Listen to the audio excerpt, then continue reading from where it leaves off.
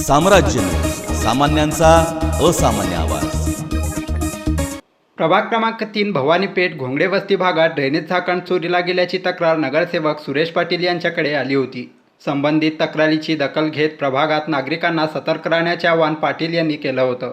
यानंतर दिनांक 21 सप्टेंबर रोजी सकाळच्या दरम्यान 2 अनोळखी इसम भवानीपेठ येथील पठाणबाबा दर्गा बाजू बोळातील कुंभार यांच्या घराजवळील लोखंडी ड्रेनेज झाकण काढताना आढळून आले।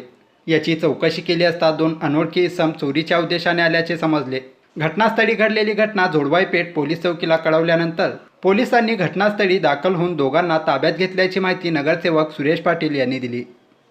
बोनसोडे घराजवळ गेल्या 3-4 दिवसापासून महानगरपालिकेचे मॅन्युअलवरचे कवर, लोखंडी कवर चोरीला जात असताना या ठिकाणी आम्ही पहारा करून त्या ठिकाणी आमच्या पीएला सांगून त्या सगळीकडे CCTV कॅमेरा चालू ठेवून त्या भागातील ज्यावेळी 2 दिवसापूर्वी गणपतीचं विसर्जनाच्या दिवशी त्या चोरी करणारे त्या झाकणाचं त्यांनी खड्डा मारून ठेवलेला असताना त्यांनी आज अचानकच त्या ठिकाणी चोरीच्या दृष्टिकोनातून येऊन ते झाकण चोरी करायच्या ह्याच्यामधनं घेऊन चालले होते।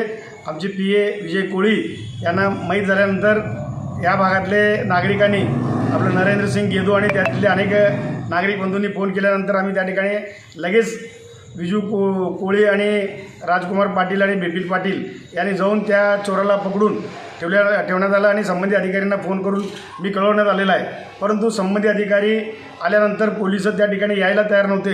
परंतु मी बालचिप साहेबांना आणि करणकोट साहेबांना फोन करून त्यावेळी त्यांना सांगितलं की बा तिथं चोरी झालेलं आहे, आमचे पोरं पकडले, ते पुण्यात बघा आणि त्यांना घेऊन जावा।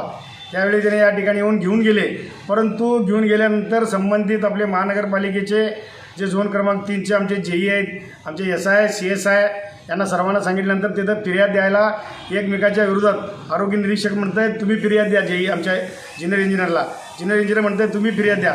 असं फिर्यादीमध्ये त्याच्यामध्ये 2-3 तास गेल्यानंतर आता 6 वाजून गेले, आत्तापर्यंत अजून फिर्याद दाखल झालेलं नाही। त्या ठिकाणी असं कळतं आहे ते संबंधित चोर करणारे जे कोणी 2-3 आहेत त्यामध्ये एक फुटेजमध्ये दिसतं आणि एक रिक्षावाला, त्या वशिलेचे टट्टू या ठिकाणी चोर दिसालेत।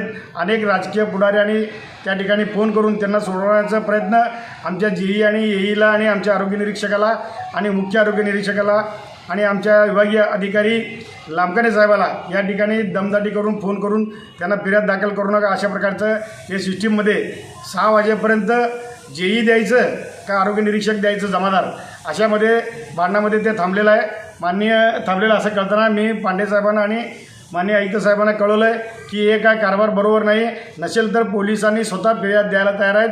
परंतु फिर्याद जर दिलं नाही किंवा आमचे जे कोणी आरोग्य निरीक्षक असतील किंवा अधिकारी असतील ज्यांनी कोणी फिर्याद दिलं त्यामध्ये सामील आहे का याची चौकशी करावं आणि जे काय माल चोरीला गेलेला आहे या पूर्वी अनेक वेळा या ठिकाणी चोरीला गेलेलं असताना स्मार्ट सिटीचे जे काम चालू आहे त्या स्मार्ट सिटीच्या कामामध्ये बी लोखंडी कवर अनेक आहेत, ते लोखंडी कवर स्टोअरला जमा झालेत का स्टोअरपासून चोरीला गेले किंवा स्मार्ट सिटीमधून चोरीला गेले, या शहरातले सर्व झाकण चोरीला गेलेल्याची संपूर्ण चौकशी या जे काही आरोपी सापडले आहेत, रिक्षावाला सापडलेले आहे यांच्यावर गुन्हा दाखल करून त्यांची चौकशी केली पाहिजे आणि पोलीस कस्टडी मागितलं पाहिजे आणि जेणेकरून जेवढे काही चोरी झालेलं आहे ते संपूर्ण प्रकरणाची चौकशी करून या ठिकाणी दाखल झालं पाहिजे।